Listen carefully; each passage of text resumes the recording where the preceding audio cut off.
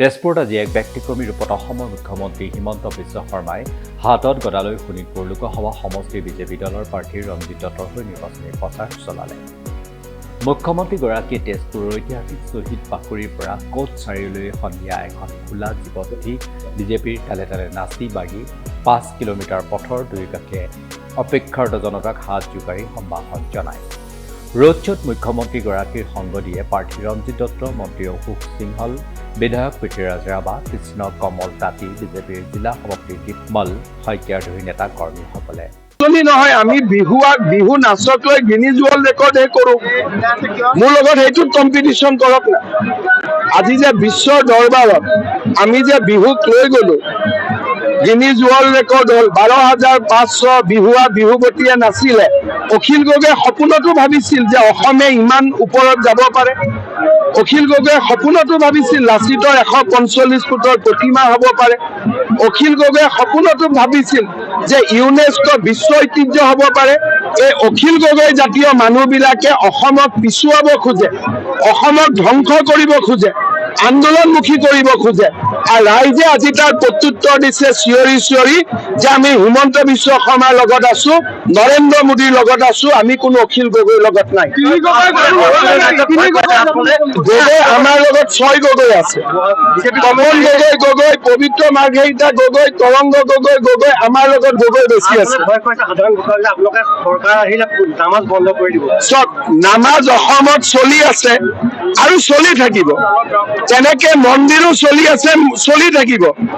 ইলেকশ্যনত এইবিলাক বিতৰ্ক কৰিব নাপায়। ইলেকশ্যনত কথা পাতক, কেইলাখ ল'ৰাক চাকৰি দিব, অৰুণোদয় কেনেকে দিব, দুখীয়া মানুহক ইঞ্চুৰেঞ্চ কেনেকে কৰিব। মইতো কোনো মিটিঙত কংগ্ৰেছক সমালোচনা কৰা নাই।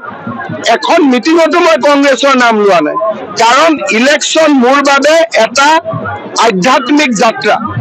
ইলেকশ্যনৰ কেম্পেইনত মই লাখ লাখ মানুহক লগ পাওঁ, মানুহৰ সুখ দুখ বুজি পাওঁ। সৰু সৰু কাগজ দিয়ে, এতিয়া পকেটত 10খন কাগজ। মানুহে নিজৰ পৰামৰ্শ দিয়ে। এতিয়া মই তেজপুৰত আহিছো, ৰাইজে কৈছে দাদা ষ্ট্ৰীট লাইটটো চাই দিব।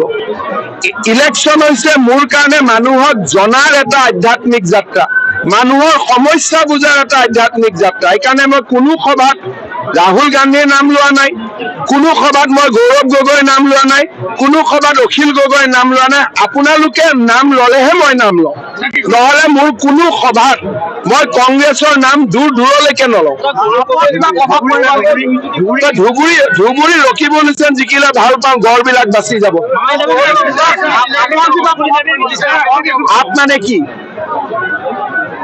মানে এইটো বস্তু কি আমি ক'তো শুনা নাই এতিয়ালৈকে। মই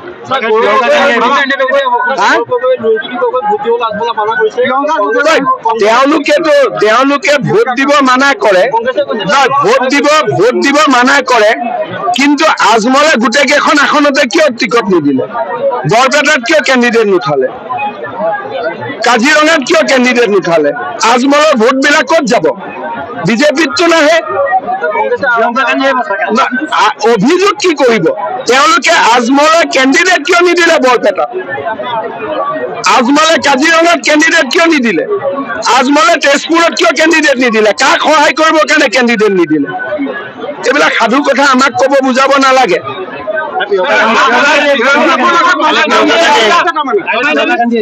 প্ৰিয়ংকা গান্ধী, ৰাহুল গান্ধী যিমানে আহে অসমত বিজেপিৰ ভোট বাঢ়ে। AUDF আৰু কংগ্ৰেছৰ নেতাৰ মিত্ৰিয়ালি কি আছে মই নাজানো, কিন্তু ভোটাৰটো একেবিলাকেই। তাত কি পাৰ্থক্য আছে? কোনে পাৰ্থক্য দেখিছে? দেখিয়ে, one senior Congress leader has offered namaz during the Eid. We have no issue, we have no objection. But the same leader has demonstrated against the Ram temple on the day of Ram Mandir Pran Pratishtha. So my simple question is that you can love Muslim people, I have no objection. We also convey our wishes during the Eid. But you cannot hate Hindu. You can love Muslim, but you cannot hate Hindu. So Congress should love Muslim as well, they should love Hindu. They cannot always go against the sentiment of the Hindu. That is my only issue. Congress also said that the democracy and the constitution of India is not safe in the hand of the BJP. अरे इंदिरा गांधी का हाथ में safe था क्या? इंदिरा गांधी ने constitution को क्या हल किया था? हमारा यहाँ में 79 से कांग्रेस ने गोली मार मार के 900 लोगों को मार डाला. ये कौन सा डेमोक्रेसी है? पंजाब ने ऑपरेशन ब्लू स्टार चलाया. ये कौन सा डेमोक्रेसी है? कौन सा डेमोक्रेसी का बात करता है? दिल्ली में सिख का ऊपर रायट करवाया. ये कौन सा डेमोक्रेसी कांग्रेस का? ये सब बात कांग्रेस का शोभा नहीं देता है. जो पार्टी ने भारत में इमरजेंसी लगाया, सिखों का कातिल किया, असमिया लोगों का कातिल किया, वो पार्टी अभी डेमोक्रेसी का बात बोलेगा? क्या हमारी बात बोलते हैं?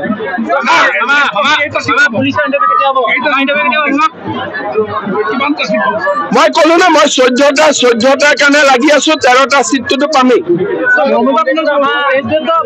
If you want to protect the democracy and the India, then if you want to protect democracy in India, vote for Narendra Modi. Only Narendra Modi can protect democracy. Mamata Banerjee ने पूरा तो दरवाजा ही खोल दिया. बांग्लादेश से जितना लोग आना है आओ. मतलब ये डेमोक्रेसी है. Appeasement is democracy. राम मंदिर का उत्सव में नहीं जाना, ये क्या डेमोक्रेसी है? डेमोक्रेसी मतलब एंटी हिंदू, ये है क्या? तो ऐसा नहीं चलता है. so tomorrow Prime Minister will also arrive in Guwahati. Prime Minister will arrive tomorrow in Guwahati and he will address a massive rally on 17 in Nalbari. প্ৰধানমন্ত্ৰী ডাঙৰীয়া কালি 7টা বজাত গুৱাহাটীত আহিব. GS ৰোডেৰে তেখেতে 1 নম্বৰ গেষ্ট হাউচলৈকে যাব. ৰাতি নিশা গুৱাহাটীত কটাব. পিছদিনাখন তেখেতে নলবাৰীত এখন বিজয় সংকল্প সমাৱেশত ভাগ ল'ব আৰু আগৰতলালৈ উভতি যাব. সভাৰ টাৰ্গেট দেখুৱাটো CMৰ কাম নহয়. এইবিলাক প্ৰশ্ন কাইণ্ডলি মোক নকৰিব. জুলাই বিহুৰ শুভেচ্ছা. ধন্যবাদ.